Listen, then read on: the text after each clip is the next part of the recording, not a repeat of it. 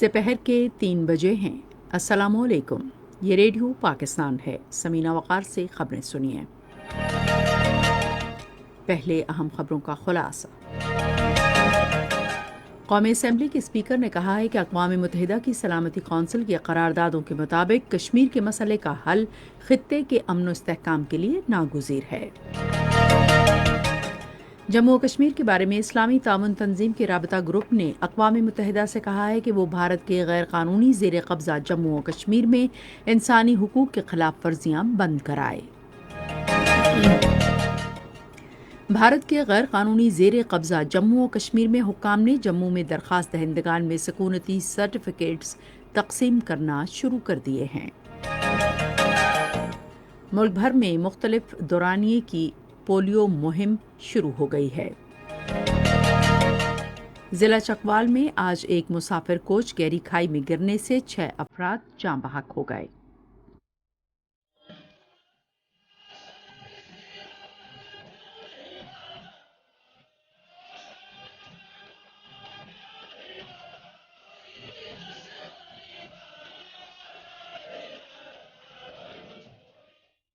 یہ آواز تھی ممتاز صوفی قوال اور نعت خواں مقبول احمد صابری کی، جن کی آج 9ویں برسی منائی جا رہی ہے۔ اور اب خبریں تفصیل کے ساتھ۔ قومی اسمبلی کے اسپیکر اسد قیصر نے عالمی برادری پر زور دیا ہے کہ وہ دیرینہ تنازع کشمیر کے حل کے لیے اپنا کردار ادا کرے۔ عالمی یوم امن کے حوالے سے آج اسلام آباد میں ایک سیمینار سے خطاب کرتے ہوئے انہوں نے کہا کہ اقوام متحدہ کی سلامتی کونسل کی قراردادوں کے مطابق مسئلہ کشمیر کا حل علاقائی امن و استحکام کے لیے ناگزیر ہے۔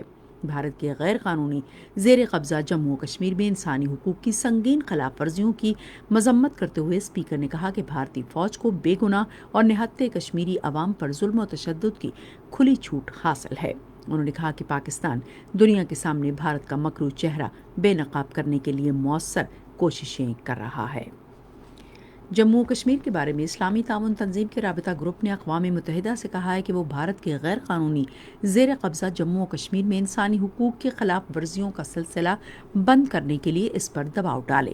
نیو یارک میں غیر رسمی اجلاس کے دوران رابطہ گروپ نے کہا کہ بھارت پر اقوام متحدہ کی سلامتی کونسل کی ان قراردادوں پر عمل درآمد کے لیے دباؤ ڈالا جائے جن میں استصواب رائے کرانے کو کہا گیا ہے تاکہ مقبوضہ جموں و کشمیر کے عوام اپنا حق خود ارادیت استعمال کر سکے۔ رابطہ گروپ کے ارکان نے مقبوضہ علاقے میں بھارت کی طرف سے بنیادی انسانی حقوق کی خلاف ورزیوں پر گہری تشویش ظاہر کی۔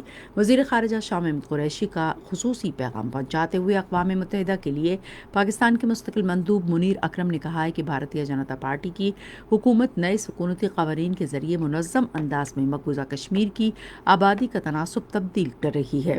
16 لاکھ سکونتی سرٹیفکیٹس جاری کرنے کا مقصد مقبوضہ علاقے کی مسلمان اکثریت کو ہندو اکثریت میں تبدیل کرنا ہے۔ شاہ محمود قریشی نے اپنے خصوصی پیغام میں زور دیا ہے کہ بھارت کے لیے یہ ضروری ہے کہ وہ غیر انسانی فوجی محاصرہ فوری طور پر ختم کرے، مواصلاتی نقل و حرکت اور پرامن اجتماعات پر پابندیاں اٹھائے، اسیر سیاسی رہنماؤں کو رہا کرے اور نئے سکونتی قوانین واپس لے۔ انہوں نے کہا کہ انسانی حقوق کے خلاف ورزیوں کی تحقیقات کے لیے حقائق معلوم کرنے والے مشنز کو مقبوضہ علاقے تک رسائی دی جائے۔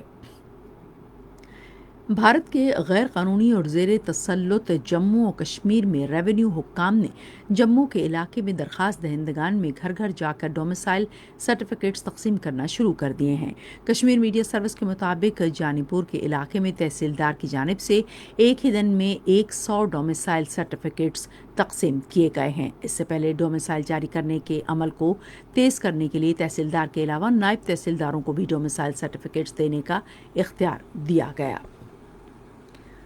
ملک میں گزشتہ 24 گھنٹے میں مزید 633 افراد میں کرونا وائرس کی تشخیص ہوئی ہے اور اس دوران 4 افراد جاں بحق ہوئے ہیں۔ اب تک 2,92,869 افراد صحتیاب ہوئے ہیں، جبکہ ملک میں اب کرونا وائرس کے 7,015 مریض ہیں۔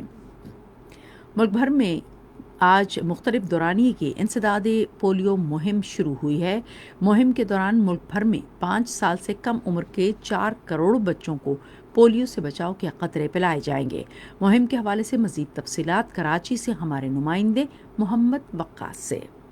کراچی سمیت سندھ بھر میں 7 روزہ انسداد پولیو مہم کا باقاعدہ آغاز آج سے ہو گیا ہے۔ مہم کا انعقاد سندھ کے تمام 29 اضلاع میں ہوگا، جس میں 91,48,000 سے زائد 5 سال سے کم عمر کے بچوں کو انسداد پولیو کے 2 قطرے پلانے کا ہدف مقرر کیا گیا ہے۔ مہم میں 50,000 پولیو ورکرز گھر گھر جا کر پولیو کے قطرے بچوں کو پلائیں گے، جبکہ شہروں کے داخلی اور خارجی راستوں پر بھی انسداد پولیو رضاکار تعینات ہوں گے۔ اسی حوالے سے کچھ تفصیلات کوئٹہ سے ہمارے نمائندے حسین فاروق سے۔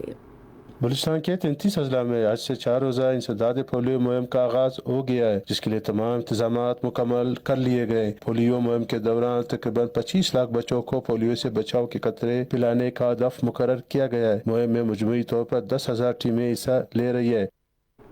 موسمیاتی تبدیلی کے بارے میں معاون خصوصی ملک امین اسلم خان نے کہا ہے کہ حکومت کے 10 ارب درخت لگانے کے سونامی پروگرام کا خود مختار تیسرے فریق کی طرف سے جائزہ کرایا جائے گا تاکہ اس کی شفافیت اور ساکھ کو یقینی بنایا جائے۔ انہوں نے اس موقع پر اظہار خیال کرتے ہوئے کہا کہ ورلڈ وائلڈ لائف فنڈ، خوراک و زراعت کا ادارہ اور قدرتی ماحول کے تحفظ کے بارے میں انٹرنیشنل یونین اس مقصد کے لیے معاہدے پر دستخط کر رہے ہیں۔ یہ خبریں آپ ریڈیو پاکستان سے سن رہے ہیں۔ وحدت امت کانفرنس آج اسلام آباد میں ہو رہی ہے، جس کا مقصد ملک میں فرقہ وارانہ ہم آہنگی کو فروغ دینا ہے۔ صدر عارف علوی اس موقع پر مہمان خصوصی ہوں گے۔ مذہبی امور کے وزیر پیر نور الحق قادری اور مختلف مکاتب فکر سے تعلق رکھنے والے علماء کرام کانفرنس میں شرکت کریں گے۔ پنجاب کے تمام 36 اضلاع میں اسکول کی سطح پر طلباء کو ایکسلریٹڈ لرننگ پروگرام کے تحت مفت کتابیں فراہم کی جا رہی ہیں۔ پنجاب کے اسکول ایجوکیشن کے وزیر ڈاکٹر مراد راس نے لاہور میں صحافیوں سے گفتگو کرتے ہوئے کہا کہ کرونا وائرس کے پیش نظر اسکولوں کے لیے اسمارٹ نصاب متعارف کرایا گیا ہے۔ سندھ حکومت نے کراچی پیکج کے تحت منصوبوں پر کام شروع کر دیا ہے۔ آج ایک ٹویٹ میں صوبائی حکومت کے ترجمان بیرسٹر مرتضیٰ وہاب نے کہا کہ صوبائی حکومت کراچی شہر کے لوگوں کے ساتھ کیے گئے وعدوں کی پاسداری کے لیے پرعزم ہے۔ انہوں نے کہا کہ کراچی کی بہتری اور شہریوں کی بہبود کے دیگر منصوبے مقررہ مدت میں مکمل کیے جائیں گے۔ ضلع چکوال میں اعجاز آباد کے قریب آج ایک مسافر کوچ گہری کھائی میں گرنے سے 6 افراد جاں بحق اور متعدد زخمی ہو گئے۔ زخمیوں کو ضلعی ہیڈ کوارٹرز اسپتال چکوال منتقل کر دیا گیا ہے۔ نیپال میں اسکول کے نصاب میں اہم اسٹریٹجک علاقوں کا نظر ثانی شدہ سیاسی نقشہ باقاعدہ طور پر شامل کر دیا گیا ہے۔ کشمیر میڈیا سروس کے مطابق 9ویں اور 12ویں کلاسوں کی کتاب بعنوان نیپال کی ریاست اور سرحدی معاملات پر تدریسی مواد میں وزیر تعلیم کا لکھا ہوا دیباچہ بھی موجود ہے۔ اس سے پہلے رواں سال جون میں نیپالی پارلیمنٹ نے اتفاق رائے سے ملک کے نئے نقشے کی منظوری دی تھی، جس میں بھارت کی طرف سے دعویٰ کیا گیا ہے کہ لیپیوک، کالا پانی اور لمپوبودرا کے علاقوں کو شامل کیا گیا ہے۔ یمن میں اقوام متحدہ کے نمائندے نے تمام فریقوں پر زور دیا ہے کہ وہ ملک میں جامع امن کے حصول کے لیے اقدامات کرے۔ آج امن کے عالمی دن کے موقع پر ایک پیغام میں انہوں نے کہا کہ کرونا وائرس کی وبا نے یمن کی عوام کی مشکلات میں اضافہ کر دیا ہے۔ انہوں نے کہا کہ 5 سال سے جاری جنگ نے یمن کو تباہ و برباد کر دیا ہے، جس کے نتیجے میں ہزاروں افراد ہلاک اور لاکھوں متاثر ہوئے ہیں۔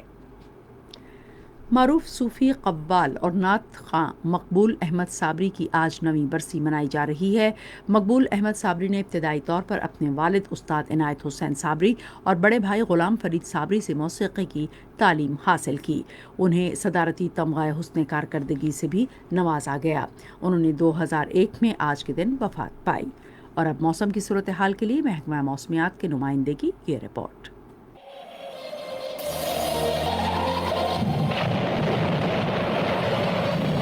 گزشتہ 24 گھنٹوں کے دوران ملک کے بیشتر علاقوں میں موسم گرم اور خشک جبکہ زیرین علاقوں میں شدید گرم رہا۔ آئندہ 24 گھنٹوں کے دوران بھی ملک کے بیشتر علاقوں میں موسم گرم اور خشک رہے گا۔ جموں کشمیر کے اضلاع راولا کوٹ، مظفر آباد، گڑھی دوپٹہ، جموں، سری نگر، لیا، پلوامہ اور شوپیاں میں بھی آئندہ 24 گھنٹوں کے دوران موسم گرم اور خشک رہے گا۔ اسی کے ساتھ خبریں ختم ہوئی. مزید خبروں اور تجزیوں کے لیے آئیے ہماری ویب سائٹ پر radio.gov.pk اور فیس بک کے link radio Pakistan news official پر براہ راست ویڈیو سٹریمنگ بھی ملاحظہ کیجیے.